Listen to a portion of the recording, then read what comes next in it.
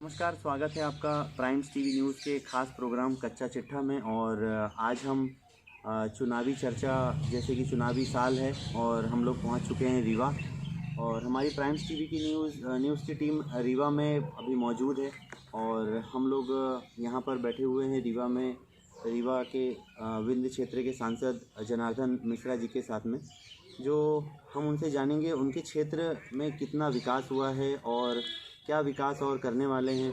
और जैसे कि उनके द्वारा कई बार समय समय पे बहुत सारी एक्टिविटीज़ और अन्य गतिविधियां की जाती है, जिसमें वो कभी साफ़ सफाई करते हुए दिखाई देते हैं, कभी वो जो है सोशल मीडिया पे कभी उनके बयान वायरल होते हैं। तो बहुत बहुत स्वागत है सर आपका। जी धन्यवाद।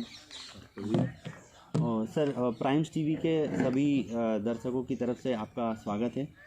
और आपका भी स्वागत। आप हमारे आवास पर आए यहाँ पर, आपका आपके साथियों का है यहाँ पर स्वागत है जी। आगे जैसे कि सर देखा गया है आपके संसदीय क्षेत्र में आप काफ़ी ज़्यादा सक्रिय रहते हैं। यहाँ पर आपके द्वारा निरंतर, जैसे अभी ठंड का माहौल चल रहा है तो आप जो है गरीबों को उसमें कपड़े आपके द्वारा दिए जाते हैं, कभी कंबल वितरित किए जाते हैं।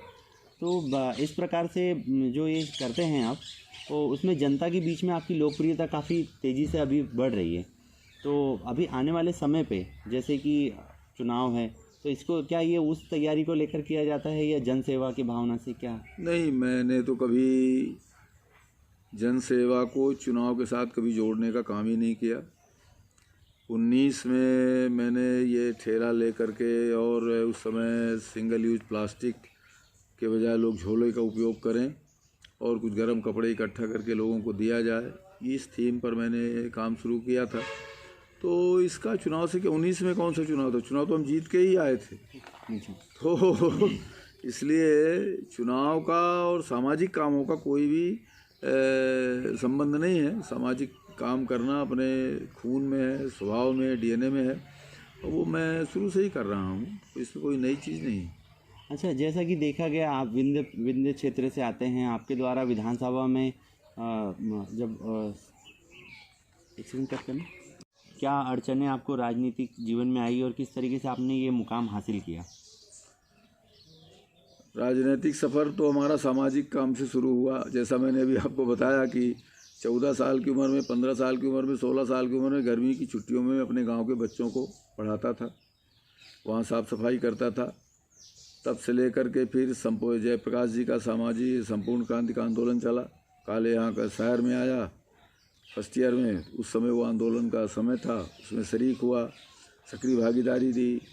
तो इमरजेंसी जब लगाया इंदिरा जी ने, तो मुझको आपातकाल में गिरफ्तार कर लिया। मैं लगभग 18 महीने जेल में रहा।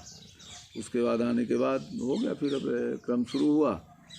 और चूँकि सेवा की भावना और कुछ मूल्यों को लेकर के राजनीति में प्रवेश लिया था, इस वजह से दिक्कतें अगर उनको गिनाने लगे, मुसीबतों को, रोड़ों को गिनाने लगे तो माने, और अगर उनसे अपन हट जा और भयावह स्थिति आई, तब भी मैंने कभी पीछे मुड़ने का काम किया नहीं, क्योंकि पद उद्देश्य नहीं था, सेवा उद्देश्य थी, काम उद्देश्य था, विचारों को लोगों तक ले जाने का उद्देश्य था। तो इस वजह से अपने को कोई निराशा नहीं आई। जैसा देखा जाता है आजकल लोग छोटी छोटी समस्याओं को लेकर हार जाते हैं, कभी जीवन लीला समाप्त कर लेते हैं, लेकिन आपने इतना लंबा सफ़र तय किया राजनीति में, तो ये जो परेशानियाँ आई उसको किस प्रकार से आपने उसको फेस किया?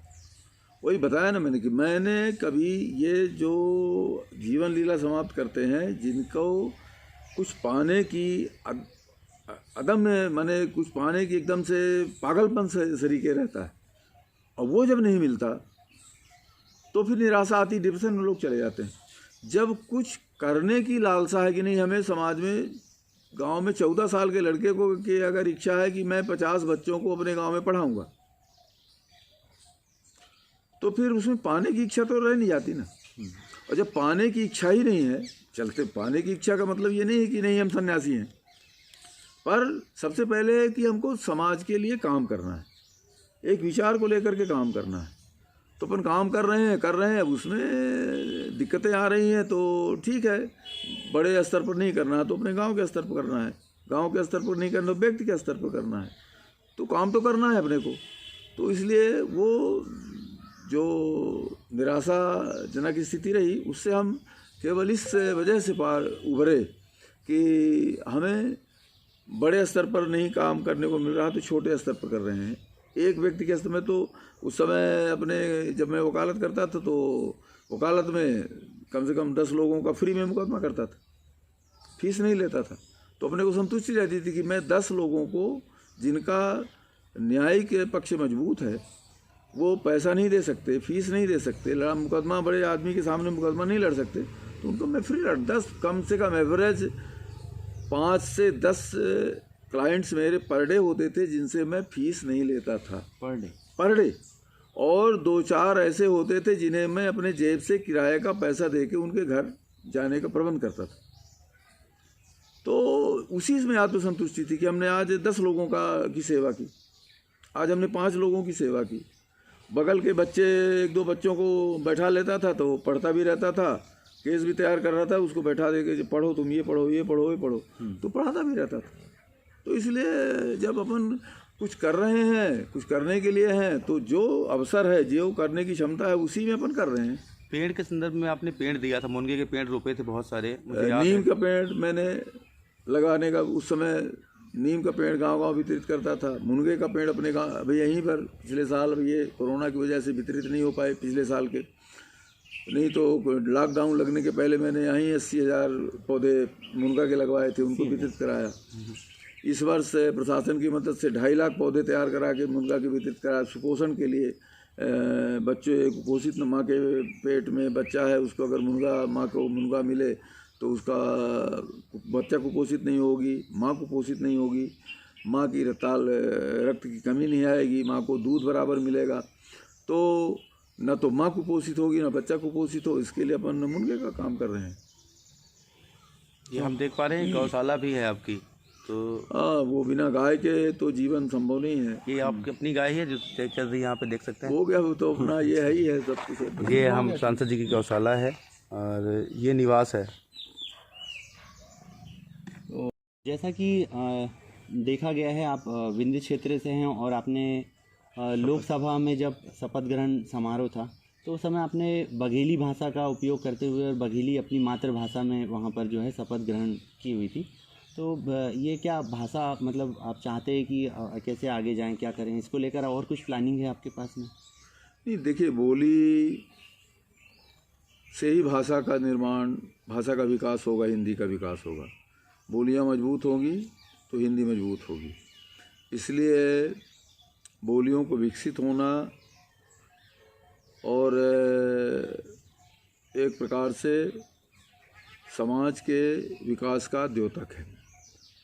हमारे यहाँ बघेली अभी एक उसको हे दृष्टि से देखते हैं लोग, तो बघेली मतलब लोग कह देते हैं अरे तो गांव वाला आदमी है, देहात वाला आदमी है तो बघेली बोलता है, मतलब गांव की भाषा बोलता है। लेकिन गांव की भाषा मजबूत होगी तो देश की, राष्ट्र की भाषा मजबूत होगी।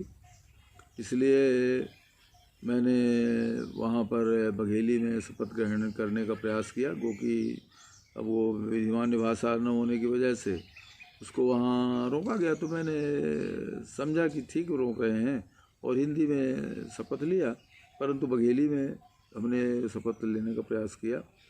और उसमें मेरा एक उस समय एक आत्मगौरव था कि मैं अपनी बोली को संसद, देश के सर्वोच्च सदन में पहुंचाऊं, उसको बोलूं, उसकी आवाज़, हमारे बघेली की आवाज़ संसद के कक्ष में गूंजे, ये मेरे अंदर था और उसका मैंने, वो अवसर था, उसका उपयोग किया।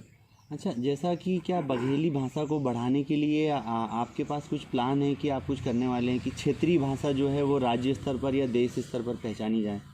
क्योंकि जिस तरीके से हमारी भाषाएं, बहुत सारी भाषाएं विलुप्त की कगार पर है और बहुत सारे लोग हिचकिचाते भी है। जैसे आपने देखा होगा कई लोग हिंदी में बात करते हैं तो कुछ इंग्लिश में बात करने वाले लोगों को बहुत अच्छा मानते हैं।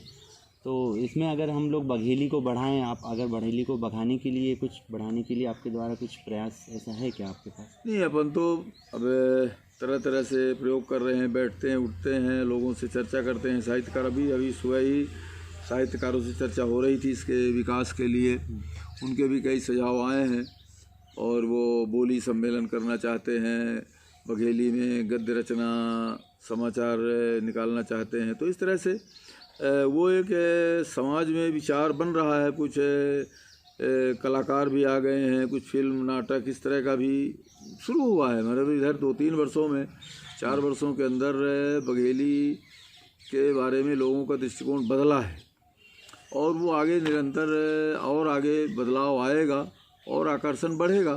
परंतु अभी जो मानसिकता है वो उतनी अनुकूल नहीं थी इस भाषा के प्रयोग के लिए, इस बोली के प्रयोग के लिए। उसके लिए अनुकूलता लाने का प्रयास किया जा रहा है, उसके हर दृष्टिकोण पर काम हो रहे हैं। जैसा कि आपके संसदीय क्षेत्र में अभी कुछ विकास कार्य के बारे में आप बताएंगे, जैसे क्या अभी चल रहा है? हमारे यहाँ चारों दिशाओं के लिए 4 लेन सड़कें बन चुकी हैं। एक राष्ट्रीय स्तर की टनल बनी है रीवा, सीधी रीवा को जोड़ने वाली। रेल के काम में बहुत तेज़ी से काम हो रहा है। ललितपुर सिंगरौली रेल मार्ग के विकास के लिए भी अपन लोग प्रयास कर रहे हैं और मुझे भरोसा है कि 2-3 महीनों में हम गोविंदगढ़ तक इस नया अगला स्टेशन हमारा जो गोविंदगढ़ होगा वहाँ तक ट्रेन पहुँचेगी। और रीवा स्टेशन के इंफ्रास्ट्रक्चर के लिए 40-50 करोड़ रुपए का एक प्लान, अम्ब्रेला प्लान चल रहा है, उसमें काम हो रहा है। रीवा से सिंगरौली रेलवे लाइन के विकास के लिए भी अपन लोग प्रयास में कि इसका निर्माण हो, उसके लिए प्रयासरत हैं। रीवा से सतना का दोहरीकरण हो चुका है, पूरा इलेक्ट्रिफिकेशन हो चुका है। पहले से जितनी यात्री गाड़ियां पहले चलती थी उससे लगभग दुगनी अब चलने लगी हैं। तो इस तरह से हवाई अड्डे की स्वीकृति केंद्र सरकार ने दी, पैसा दे दिया। राज्य सरकार अपने अनुकूल है तो उसने अपना भूमि अधिग्रहण की कार्रवाई शुरू कर दी, परमिशन दे दिया। राज्य सरकार की जो फॉर्मेलिटी थी वो पूरी हुई। तो इस तरह से कनेक्टिविटी के मामले में हम सड़क, रेल और हवाई तीनों आयामों पर हम बहुत तेज़ी से आगे बढ़ रहे हैं। अच्छा, जैसे कि मध्य प्रदेश सरकार हो या देश की केंद्र सरकार हो, बहुत सारी योजनाएं गरीब और क्षेत्रीय वासियों के लिए चलाई जाती है। इसमें ऐसी कौन सी योजना है जो आपके क्षेत्र में अभी सर्वाधिक लोकप्रिय है या सबसे ज़्यादा हितग्राहियों को उनसे लाभ हुआ है? अभी तो सबसे ज़्यादा तो लाभ ये खाद्यान्न वितरण के मामले में जीवन बचाने का काम मोदी जी ने किया। और कोरोना काल में जिस तरह से फ्री में राशन दे करके और लोगों की जान बचाई, एक आदमी भी भूखा नहीं सोने पाया। ये मानव इतिहास में हिंदुस्तान के एक सबसे बड़ा अनुकरणीय कदम रहा है। और इससे गरीब गुरबा जिनकी काम छूट गया था, रोज़गार बंद हो गए थे, वो कम से कम भोजन पाने में सफल रहे, भोजन उनको दिया। तो ये मैं समझता हूँ कि इससे बड़ा कल्याणकारी काम कोई नहीं रहा। उसके बाद गरीबों को आवास का मामला है, वो बहुत तेज़ी से गरीबों को मिले हैं। गैस कनेक्शन माताओं बहनों को मिले हैं। तो इस तरह से ये किसानों को किसान सम्मान निधि मिल रही है। अभी तो कल ही मतलब 2.5 लाख से ऊपर किसानों को किसान सम्मान निधि मिल रही है। लगभग 60% लोगों के से अधिक स्वास्थ्य कार्ड, आयुष्मान कार्ड बन चुके हैं। तो ये सब काम केंद्र सरकार की जो योजनाएं हैं वो भारी तीव्र गति से शिवराज सिंह चौहान जी की सरकार पूरा कर रही है, पूरा करने में लगी हुई है। और यही सब है। अभी तो और आगे बढ़ने का सबकी संभावना है। हाँ, जैसा कि कोरोना काल में देखा गया, आपके बहुत सारे सोशल मीडिया से फ़ोटो वीडियो वायरल हुए जिसमें आपके द्वारा मास्क और बहुत सारी चीज़ें हो रही। तो क्या अनुभव रहा आपका कोरोना काल का, वो थोड़ा हमारे दर्शकों के साथ में आप साझा करेंगे? हमारे सामने तो हमारे ज़िले में कोरोना के पहले मुश्किल से 5% लोगों ने मास्क का नाम सुना था। 1-2% लोगों ने मास्क देखा होगा। और उस समय मास्क के अलावा कोई विकल्प नहीं था इस बीमारी से लड़ने का, इस बीमारी से बचने का। तो मेरे दिमाग में आया कि अगर मास्क बनाया जाए, मास्क वितरित, मास्क अगर लोग पहनने लगे, पर पहने कैसे, तो फिर दिमाग में आया कि अगर मैं बनाऊं तो मैं शुरू करूं, मैं लोगों को शिकायत कहूं कि मास्क बनाओ, मास्क पहनो, से बेटर है कि पहले अपन शुरू करें, क्योंकि कोई मास्क जानता ही नहीं। तो फिर मैंने कलेक्टर साहब को कहा कि भाई हमको एक मशीन, परमिशन लेकर के मशीन लिया। फिर एक जो सिलाई सिखाते थे उनसे परमिशन लेकर के उन्हें अपने घर आने की अनुमति ली, उनसे सीखा मास्क बनाना। फिर मास्क बना करके जब पहला मास्क हमने अपने से बनाया तो उसको सोशल मीडिया में डाला, और उसके बाद फिर तमाम NGOs, स्व सहायता समूह, सरकार, प्राइवेट, तमाम लोगों ने मास्क बनाना शुरू किया, और उसका इतना व्यापक असर हुआ कि हमारे ज़िले के लोग ने मास्क पहनना शुरू कर दिया, मास्क के बारे में जागरूकता बढ़ी। और उसके अलावा भी कोरोना काल में जो आइसोलेटेड पेशेंट थे उनके मैं घर घर गया। रेड जोन में भी आप गए हैं कई बार? हर जगह जहाँ भी 100 लोग बुखार से पीड़ित हैं, खांसी से पीड़ित हैं, जुकाम से पीड़ित हैं, और उस समय ये था कि इस दवा के बारे में अफवाह थी कि ये दवा खाएंगे तो बच्चे ही नहीं पैदा होंगे। तो जैसे कि हमने कोरोना काल में देखा कि अपने परिवार वाले ही परिवार वालों के पास नहीं जा रहे थे, उस बीच में आप जाकर आपको कुछ ऐसा डर सा ऐसा कुछ प्रतीत नहीं हुआ? नहीं, उस समय तो देखिए सही बात ये है कि उस समय ऐसा लग रहा था कि अगर ये करते हुए मेरी मृत्यु हुई तो इससे बढ़िया मृत्यु क्या हो सकती है। अपन कहते हैं ना कि हम जान दे देंगे जनता के लिए। जीवन में कभी कभी जान देने का अवसर आता है, और वो जान देने का अवसर केवल एक बार मेरे जीवन में आया कोरोना काल में। उसके पहले मैं मीसा में बंद था, पर उस समय जेल में था, तो उस समय जान देने की स्थिति नहीं थी कि हो गया बंद हो गए। अब वो जब अगर 40 साल 50 साल जेल में रहते तो जान देने की स्थिति बनती, पर यहाँ तो एक एक सेकंड जान देने की स्थिति थी। इसलिए मुझके मेरे अंदर एक ऐसी ईश्वर ने प्रेरणा दी कि यही अवसर है जब जनता के लिए जीने का, और उसको जनता को जीने का अवसर प्रदान करने का, और अपने लिए मरने का अवसर ढूंढने का। और यही एक समय सच्चे राजनीतिक कार्यकर्ता के रूप में अगर हमने शपथ ली है जनता की सेवा की, तो इससे बड़ा अवसर सेवा का कोई हो नहीं सकता। और इसमें कभी भी एक सेकंड के लिए मुझे डर नहीं लगा।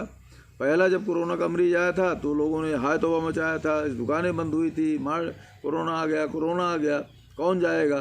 तो मैंने स्टेटमेंट दिया था, खुलेआम दिया था आपके चैनलों में, अखबारों में, कि अगर कोई नहीं सेवा करेगा तो मैं जाऊँगा। और मैंने वहाँ कलेक्टर से कहा कि मुझको आप किट दीजिए, मैं जा कर के उस मरीज़ की सेवा करूँगा। और उसके बाद से निरंतर अपन घूमते रहे, और यहाँ तक कि गांव में तो आइसोलेटेड मरीज़ को रखने की व्यवस्था की गई थी कि अलग पंचायत भवन में, किसी स्कूल में अलग कमरे में रखे। एक कमरा है गांव का, अब उसी में 4-5 लोग रहते हैं, तो एक बीमार हो गया उसी कमरे में, तो 3 और बीमार हो गए। इसलिए उस मरीज़ को आइसोलेटेड करके और किसी सुरक्षित स्थान में रखना था, तो पंचायतों में व्यवस्था बनवाई थी। अब उसमें कई जगह, एक जगह तो कोरोना मरीज शौच करके चला गया, उस सफाई नहीं किया उस शौचालय की, और जब मैं पहुंचा तो दूसरे मरीज को वहां लाना आवश्यक था, लेकिन वो लोग कह रहे थे कि यहाँ तो सफाई करने की व्यवस्था नहीं है, वो टट्टी करके चला गया, वो टट्टी उसकी पड़ी हुई है दूसरे पहले वाले मरीज की, अब इसको साफ कौन करे। तो मैंने कहा कोई नहीं साफ करेगा तो मैं करूँगा। मैंने साफ किया, कोरोना मरीज के शौच को मैंने अपने हाथ से हटाया, और उसके बाद दूसरे मरीज को कहा कि उनको यहाँ लाइए और ये व्यवस्था करिए कि भाई जो मरीज आ रहे हैं वो अपना शौचालय खुद साफ करके, इतना देख रेख करिए कि जब वो शौच करें तो वो शौचालय साफ कर दें। तो यहाँ तक करने का ये अवसर मिला हमको, और मुझको इसका गर्व है कि मुझे ये ईश्वर ने अवसर दिया। अच्छा, जैसा कि देखा गया है कि आपने अभी कुछ समय पहले भी एक स्कूल में शौचालय गंदा था वहाँ बालिकाओं का, तो आपने खुद अपने हाथ से उसकी सफाई की हुई थी। तो इस प्रकार से ऐसा कुछ वायरल हुआ था कि ये सोशल मीडिया में वायरल होने के लिए करते हैं, तो ये कहाँ तक सत्यता है? ये तो मैं शुरू से कर रहा हूँ, केवल आज से नहीं। मैं जब 14 वर्ष की उम्र थी हमारी, उस समय मैं गर्मी की छुट्टियों में बच्चों को पढ़ाता था। 9वीं की गर्मी की छुट्टी, 10वीं की गर्मी की छुट्टी और 11वीं की गर्मी की छुट्टी, 3 गर्मियों में, माने 14 साल की उम्र में, 15 साल की उम्र में, 16 साल की उम्र में मैंने अपने गांव के बच्चों को पढ़ाने का काम किया। और उस समय से बदमाशी बस बच्चे, जहाँ मैं पीपल और महुआ के पेड़ के नीचे अपने बगीचे में पढ़ाता था, तो वहाँ बच्चों को पढ़ने ना आना पड़े तो टट्टी कर जाते थे। तो सुबह मैं जाता था 5 बजे 6 बजे, तो पहले मैं उस टट्टी को अपने हाथ से गंदगी को साफ करता था, फिर गोबर से उस पूरे मैदान को जहाँ वो बच्चे 50 बच्चे बैठते थे उसको अपने हाथ से उसकी सब गोबर लगा करके उसकी सफाई करता था। उसके बाद बच्चों को पढ़ाता। तो 14 वर्ष की उम्र से मैं कर रहा हूँ, कोई नई चीज़ आज थोड़ी है। अच्छा, जैसे एक टोपी 1 मीटर की दूरी का ये क्या कॉन्सेप्ट था? हाँ, वो सोशल डिस्टेंसिंग समझाना है। तो पहले कहना पड़ता दूर रहो, तो लोग बुरा मान जाते थे। अब यहाँ हमने 6-6 फीट पे कुर्सियाँ बांध रखी थी और 6 फीट दूर बैठता था 6, तो लोग कहते थे कि तो सांसद ने कह दिया है कि वो तो मिलता ही नहीं, दूर रहो दूर रहो। तो हमको लगा कि लोग नाराज़ भी हो रहे हैं, तो इसको कैसे अपन समझाएं। तो दिमाग में आया कि अगर इतने दूरी का एक हैट पहन लें तो उसके दूर लोग रहेंगे और समझेंगे भी कि सोशल डिस्टेंसिंग का मतलब क्या है। तो एक हैट बनवाया और उसको पहन के 2-3 महीने अपन घूमे, तो उसका भी असर हुआ कि लोग सोशल डिस्टेंसिंग समझने लगे कि नहीं यार, सोशल डिस्टेंसिंग का पालन करना है। उस पर एक प्रतिक्रिया हुई थी, मुझे याद है। एक कवि कांग्रेस नेत्री है, नाम नहीं लूँगा मैं उनका, उन्होंने उस पर एक तीखी प्रतिक्रिया करी थी, पर आप उन्हें कुछ बोले नहीं थे, चले गए थे। नहीं, अब उसमें प्रतिक्रिया क्या है। तो अब उस समय नासमझी भी भरा वातावरण अगर बात का कोई कर रहा है तो उस समय प्रतिक्रिया करने या राजनीतिक लाभ लेने के लिए मैं वो काम तो नहीं कर रहा था ना। मैं समाज को शिक्षित करने के लिए वो काम कर रहा था। तो कोई उसमें तमाम, जब मैं पदयात्रा की मैंने, तो हमको तो पत्थर भी मारने के लिए लोग उस समय गाली देते थे कि ये तो दबाव ऐसा दे रहे हैं जिससे बच्चे पैदा नहीं होंगे आगे। तो जागरूकता की कमी थी। तो उस जागरूकता का फ़ायदा, उस जागरूकता की कमी का कांग्रेस के लोगों ने फ़ायदा उठाने का प्रयास किया, लोगों को प्रोवोकेट करने का काम किया, हतोत्साहित करने का काम किया। तो उस प्रक्रिया में अगर कांग्रेस के नेता ने कहा था तो अपने को उस समय प्रतिक्रिया देने का सवाल नहीं। मैं तो उस समय काम की धुन थी, प्रतिक्रिया देना तो प्रश्न ही नहीं था। हाँ, जैसा कि देखा गया, हम जब हमारी प्राइम्स टीवी न्यूज़ की टीम आई थी, आप सर जनता दरबार लगाते हैं, लोगों की सुनते हैं, तो जैसे आप दिल्ली प्रवास पर रहते हैं तब फिर किस प्रकार से आप मतलब इनको मैनेज करते हैं, जो अगर कोई समस्या लेकर आते हैं यहाँ पे? तो वो यहाँ हमारे पास जो स्टाफ के लोग हैं, अगर बहुत ज़रूरी हुआ तो वो वहाँ से टेलीफ़ोन करते हैं या कि लोग वहीं से टेलीफ़ोन करते हैं, तो उनका अटेंड करके और जो जहाँ जैसी स्थिति बनी उसको वहाँ से सुन करके, और यहाँ अधिकारियों से या कि उस समस्या का निराकरण करने की स्थिति में कौन है उनसे बात करता हूँ। जैसे कि आपको लंबा अरसा हो गया है राजनीति में, तो अगर कोई युवा हमारा चैनल देख रहा है, वो राजनीति में आना चाहता है, तो क्या क्या करना होगा उससे, वो कैसे आ सकता है राजनीति में? एक युवाओं के लिए संदेश होगा, और आपका एक राजनीतिक सफ़र की चर्चा भी हम करेंगे, शुरुआत से लेकर अभी तक का सफ़र जो आपका रहा है। अगर कोई नौजवान राजनीति में आना चाहते हैं तो 5 साल के लिए घर छोड़ दें, सुदूर ग्रामीण अंचल में चले जाएं और वहाँ 5 साल लोगों के दुख दर्द को समझें और उनकी सेवा के भाव से जाएं। उनके बच्चों की शिक्षा, उनके रूढ़ियों की जो हैं उनको समाप्त करने का प्रयास, इस तरह से 4-5 साल अगर वो कोई नौजवान गरीबों के बीच जाकर के, गाँव में जाकर के काम करेंगे, तो निश्चित रूप से वो संस्कार जो उनको वहाँ से 4-5 साल के मिलेगा, वो जीवन में उनको एक क्रांतिकारी अनुभव होगा। और उनको एक कभी भी राजनीति में तो ये बड़ा अनिश्चितता का खेल है, संभावनाओं का खेल है। तो इसमें कभी कभी निराशा का भाव आ जाता है कि अरे यार अब छोड़ो, तो कुछ मिलने वाला नहीं है। तो वो अगर सेवा के भाव से, सेवा की राजनीति से हम आगे आएंगे, तो राजनीति में पद नहीं मिला तो सेवा का तो अवसर बने बनाया है, सेवा करने के दरवाजे तो खुले हुए हैं। इसलिए मेरा हर नौजवान से मेरी अपील है कि आप चकाचौंध से दूर 4-5 साल के लिए अज्ञातवास में आप चले जाओ, 5 साल गरीबों की सेवा करो, आपका फील्ड भी बनेगा और आप में समाज सेवा के प्रति एक भावना भी बनेगी, पुख्ता होगी, और राजनीति में आपको कभी निराशा हाथ नहीं लगेगी। जैसा कि अब एक तरीके से देखा जाए तो जो रीवा ज़िला है वो कांग्रेस और बीजेपी दोनों का गढ़ रहा है, और यहाँ पर जैसे अभी पिछले नगरीय निकाय चुनाव हुए थे, उस चुनाव में ऐसी क्या कमी रह गई थी कि जो महापौर का जो पद था वो दोबारा नहीं हो पाया? वो तो 20 वर्ष 22-23 साल से हम लोग थे वहाँ पर नगर निगम में, 23 साल के लगभग हमारा ये महापौर रहे। तो स्वाद बदलने के लिए, जैसे आदमी कुछ खा रहा है फिर बीच में चटनी चाटता है, तो स्वाद बदलने के लिए कि चलो 23 साल हो गया, एक बार इनको भी देख लो। तो अब वो देख लिया, उसका दुष्परिणाम अब लोग भोगने लगे हैं, तो अब कहते हैं कि ये गलती हो गई। अभी क्या क्या आपको लगता है कि नगर निगम में अभी किस तरीके का कार्यकाल जो अभी कुछ महीने हुए हैं तो कैसा चला है कांग्रेस का? केवल रोकने का काम, विकास की गति को रोकने का काम, अवरोध खड़ा करने का काम, समस्याएं खड़ा करने के अलावा बाकी कोई काम नहीं हो रहा है। अच्छा, तो जैसे आपके संसदीय क्षेत्र में संसदीय क्षेत्र है आपका, तो क्या संदेश देना चाहेंगे आपकी जनता को? क्या बताना चाहेंगे कि आने वाले समय पे क्या और करने वाले हैं आप? मेरा तो केवल एक ही निवेदन है अपने क्षेत्र के लोगों से कि जो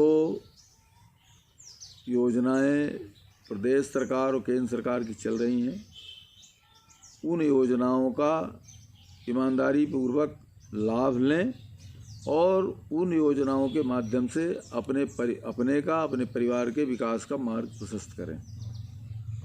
एक राजनीतिक सफ़र की चर्चा करें अगर हम, बहुत छोटे से गांव से आते हैं आप, उस विषय में आप जान लेंगे।